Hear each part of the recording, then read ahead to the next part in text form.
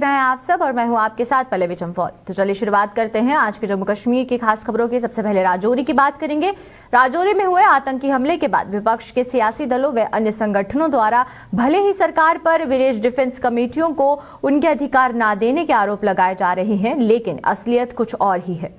इस हमले में से सबक लेते हुए राजौरी पुंछ में पुलिस ने विलेज डिफेंस कमेटियों के साथ तालमेल बनाना शुरू कर दिया है और पुंछ के एसएसपी रोहित बसकोत्रा और साथ ही साथ डीएसपी ऑपरेशन मनीष शर्मा ने बताया है कि जिले के दिगवार इलाके में विलेज डिफेंस कमेटी व अन्य गणमान्य लोगों के साथ बैठकर उन्हें पेश आ रही समस्याएं सुनी और पुलिस ने उन्हें 24 घंटे अलर्ट रहने का आह्वान किया और साथ ही साथ ये आश्वासन दिया कि जिन समस्याओं का हल पुलिस के हाथ में है उन्हें जल्द से जल्द हल कर दिया जाएगा। इन लोगों की प्रशासनिक तौर की कुछ दिक्कतों को भी एसएसपी ने नोट किया और उन्हें जल्द संबंधित विभागों तक पहुंचाने की बात कही है। इन कमेटियों के सदस्यों के हथियारों की भी पुलिस ने जांच की और उनसे आपसी तालमेल बनाए रखने के साथ साथ पुलिस के साथ भी संपर्क में रहने की अपील की है, आपात परिस्थितियों में कीमती जानों को बचाया जा सके। आपको पता है कि जम्मू व कश्मीर पुलिस में तकरीबन हमारे ऑफिसर्स हैं एक रोटेशन के तहत डिफरेंट गाँव में डिफरेंट इलाकों में विजिट करते हैं। तो उसी सिलसिले में पुंछ जिला है हमारा, बॉर्डर जिला है, सरहदी जिला है। उसी सिलसिले में आज हमने इलाका दिगवार में विजिट किया। तो इसमें हमारा टीसीपीजी का मीटिंग हो गया, कुछ हमारे वीडीसी के मेंबर से उनसे भी बातचीत हुआ। जो हमारे साथी जो हमारे यहाँ पर विलेज डिफेंस कमेटीज़ हैं उनकी बात हुई, उनके लड़नेस की बात हुई और तमाम जो हमारे डिफरेंट सेगमेंट के लोग आए थे, डिफरेंट ब्रादर्स के लोग आए थे, उसके बारे में इलाके के बारे में बात की गई और पूरा ये आज के हालात पर भी चर्चा हुई और लोगों के जो इश्यूज थे उन पर भी बात की गई है और कोशिश ये किया गया है कि इनके जो सिविल महकमे के इशू हैं वो सिविल डिपार्टमेंट को दिए जाएंगे, जो पुलिस के इशू हैं उनको नॉलेज में आए हैं और उनको हम कल से उनका इजाला करना शुरू करेंगे। प्लान मैनर में कल से इसमें स्टार्ट करेंगे कि वह छोटी मोटे कोई इश्यूज होते हैं वो कंसर्न जो स्पेशलिस्ट आकर देखेंगे, तो जो नेसेसरी मेजर होगा वो हम कर लेंगे। लोग अलर्ट रहें, चौकन्ना रहें और अपना रूमर्स को विश्वास ना करें।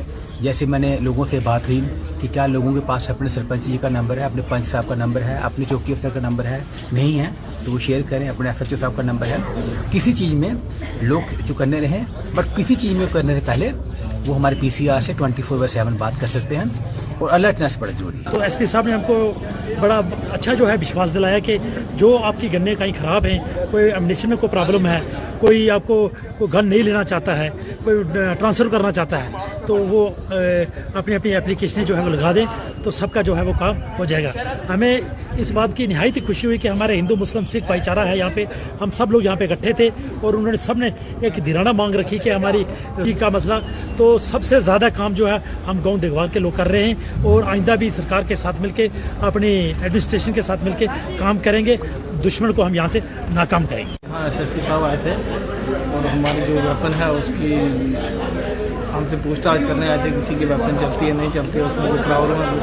उन्होंने बताया कि कुछ वेपन रिप्लेस करनी है हमने, तो कुछ हमने पहले एमुनेशन फायर किया, वो हमें एमुनेशन दिया जाए।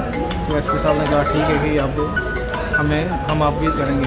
क्योंकि जो राजौरी का इंसिडेंस हुआ उसके बाद क्या है कि यहाँ पे हर जगह जो लोग हैं वो थोड़े डरे सहमे से, तो इस वजह से हमने भी अपनी तैयारियाँ रखी। चलो जो भी है कुछ है, कम से कम अपनी फैमिली को तो हम प्रोटेक्ट कर सकेंगे।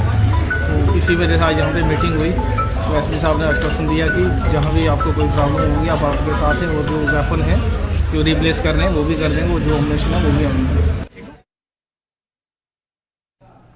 नेशनल कॉन्फ्रेंस ने आरोप लगाया है कि अनुच्छेद 370 हटाने के बाद से केंद्र सरकार द्वारा जो वादे किए गए थे वो धरे के धरे रह गए हैं। नेशनल कॉन्फ्रेंस का यह भी कहना है कि 370 से पहले जम्मू कश्मीर के हालात मौजूदा समय के हालात के मुकाबले काफी हद तक साजगार थे। और वहीं पर पार्टी नेता गगन भगत ने जम्मू में आज एक प्रेस कॉन्फ्रेंस के दौरान सरकार के से सवाल किया है कि 370 हटाने के बाद उसने जम्मू कश्मीर के लिए क्या किया। उन्होंने कहा कि मौजूदा समय में जम्मू कश्मीर पर अफसरशाही हावी हो गई है और वहीं पर आलम यह है कि जनप्रतिनिधियों की भी सुनवाई नहीं हो रही है। पहले तो नहीं था। 370 एब्रोगेशन के बाद आप लोगों ने क्या ऐसा किया कि आज यहाँ पर एक डर और खौफ का माहौल है? क्यों आप चुनाव से दूर भागते हैं? क्यों आप डेमोक्रेसी यहाँ बहाल नहीं करना चाहते? क्यों यहाँ पर आप एक रोग पुलिस स्टेट बना के रखा हुआ है? क्यों यहाँ पर आपने एक अफसरशाही को आम जनता के ऊपर बिठाया हुआ है? कोई दफ्तर में किसी की सुनवाई नहीं है।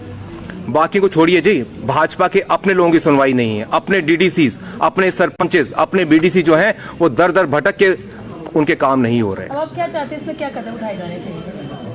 हर एक कदम जिससे एक विश्वास जो है आम जम्मू कश्मीर के नागरिक में आए। हाँ, अब मैं अपने वतन में, अपने जम्मू कश्मीर में अमन से, चैन से, बिना खौफ के जी सकूंगा मैं। तो ऐसे कौन से कदम हैं जो भाजपा की केंद्र सरकार, जो सबसे मजबूत बहुमत के साथ आई है, सबसे मजबूत प्रधानमंत्री के साथ आई है। और मैं आप लोगों के माध्यम से कहना चाहता हूं कि कृपया करके केंद्र सरकार कोई ऐसी ठोस पॉलिसी बनाए कि यहां पर जितने भी हमारे reserve category employees, migrant employees और जो खौफ यहां पर आम जनता के बीच बैठा हुआ है, उस खौफ को बाहर निकाला जाए।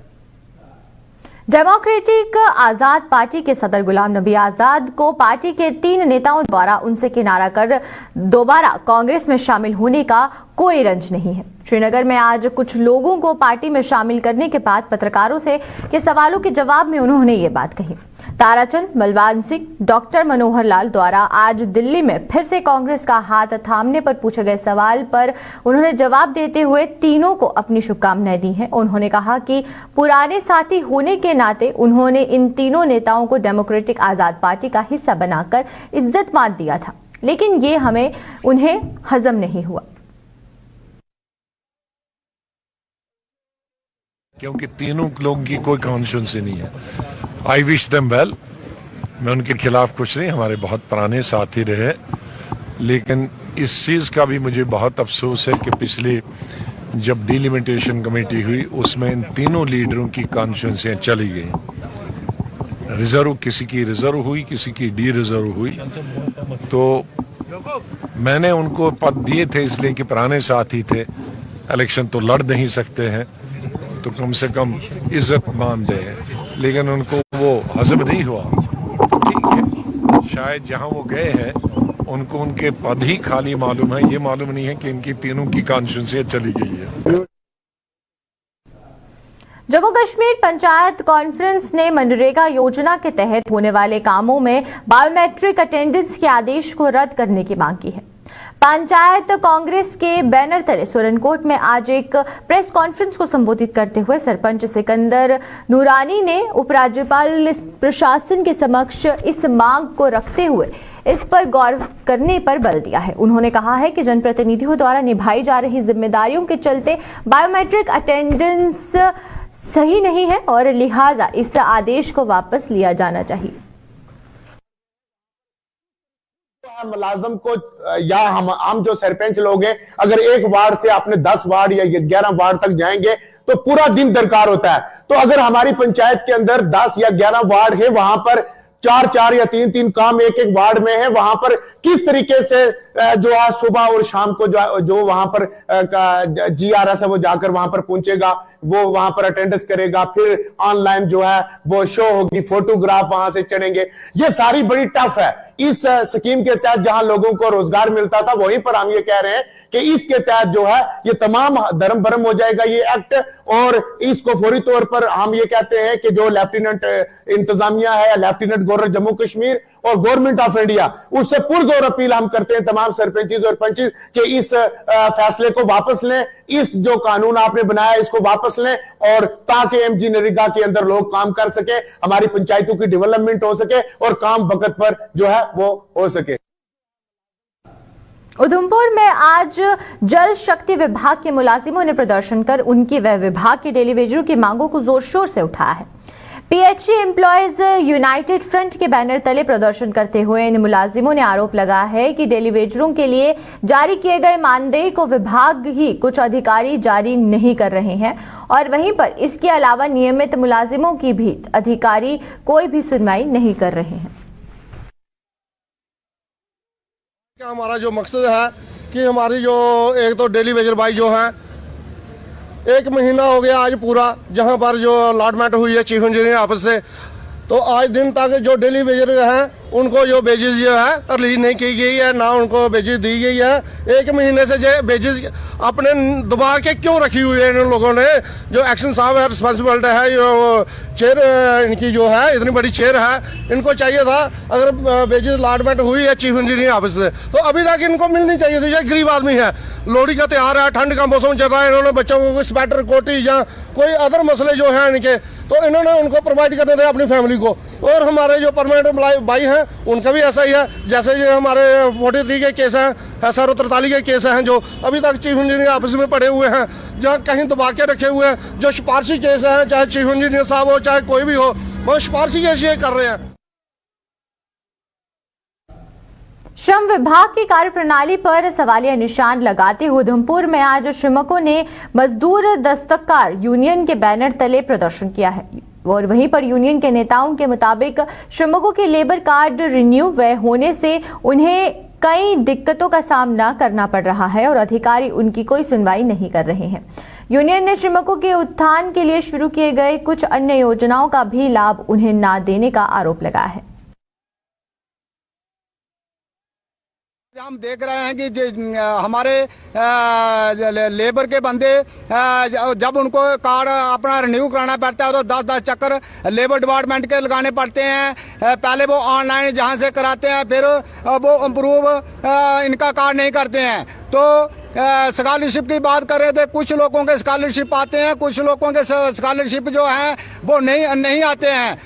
बाकी जो डेथ क्लेम जो है 2-2 साल के लोग चक्कर लगा रहे हैं, 2-2 सालों का उन लोगों को क्लेम नहीं मिला है। दूसरा मैं कहना चाहूँगा कि जैसे रिन्यू जो लेबर कार्ड थे 2-2 सालों से ऑनलाइन फॉर्म जो लोगों ने भरे हैं, लेकिन बड़ी शर्म की बात है कि 2 सालों से अभी तक उनके लेबर कार्ड नहीं बने हैं। तो मैं कहना चाहूँगा सरकार से कि अगर सरकार ने जो स्कीमें मजदूरों के लिए बनाई हैं तो बिना रोक तो इन लोगों को जो स्कीमें बनाने में इनके पास पहुंचनी चाहिए, लेकिन लेबर डिपार्टमेंट बिल्कुल इनके साथ बद्दा मजाक कर रहा है।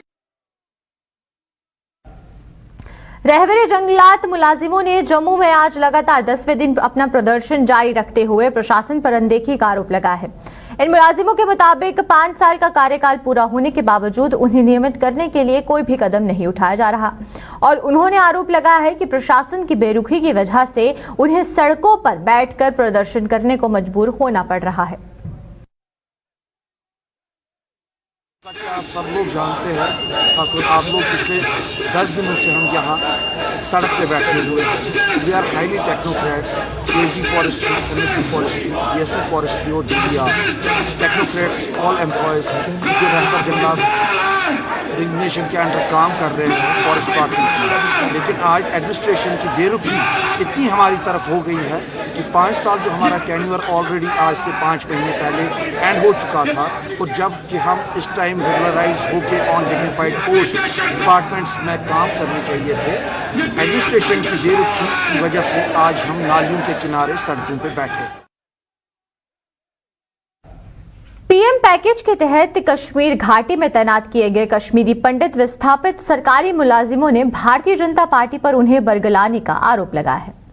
इन मुलाजिमों ने आज भी भाजपा के जम्मू स्थित मुख्यालय के बाहर धरना प्रदर्शन कर उन्हें सुरक्षित जगहों पर तैनात करने की मांग की है। इन मुलाजिमों के मुताबिक पुलिस प्रशासन द्वारा कश्मीर में उनकी सुरक्षा के लिए किए जा रहे दावों से वो सहमत नहीं है, लिहाजा वो वहां जाने को तैयार नहीं है। योगेश पंडित है। हाँ जी बताएं, आज यहाँ पे प्रदर्शन। देखिए, आज हम भाजपा कार्यालय के बाहर आए हैं अपना दर्द लेके फिर से, क्योंकि हम जानते हैं कि ये एक ऐसी पार्टी है जो हमेशा हमारे दर्द के साथ खड़ी रहती थी।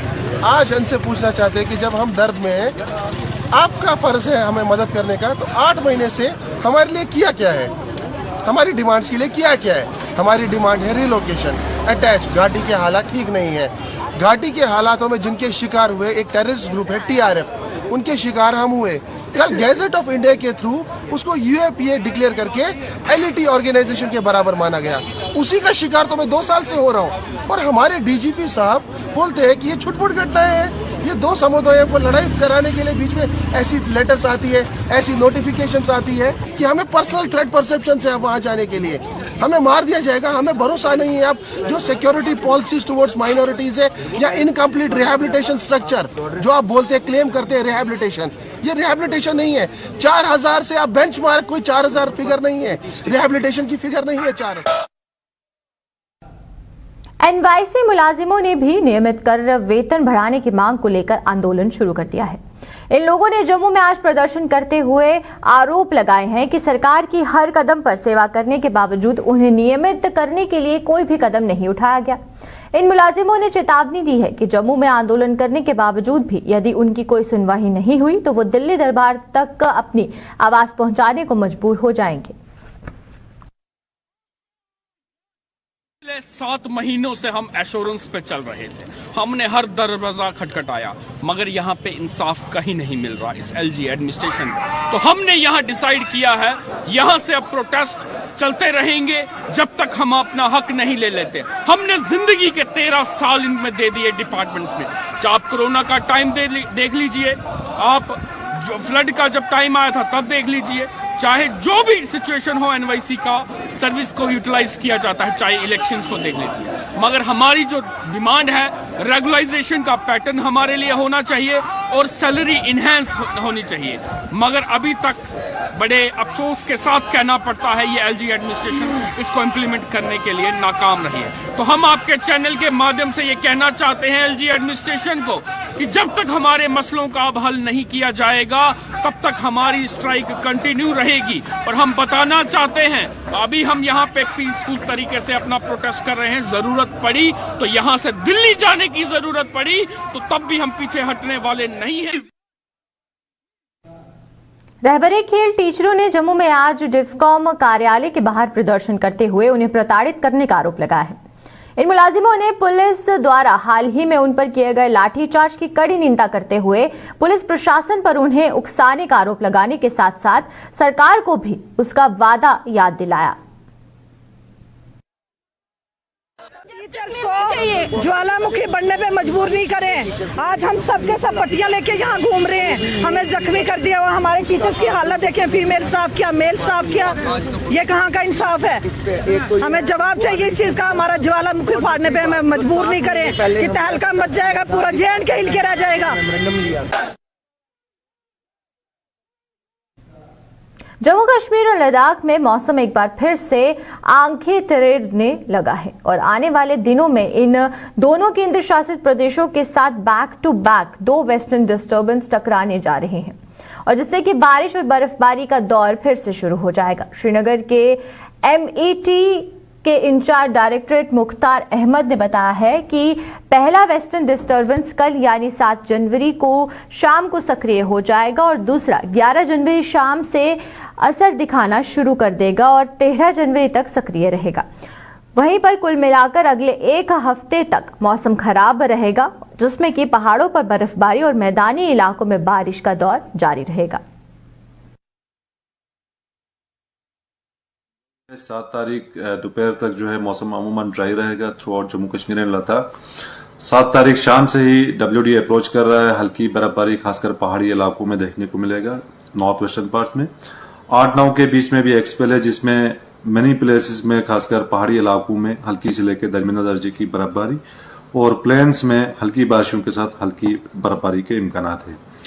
वहीं जम्मू डिवीजन की बात करेंगे तो जम्मू में भी हल्की बारिशें और साथ साथ पहाड़ी इलाकों में कुछ एक जगहों पे हल्की बर्फबारी के भी इम्कानात हैं।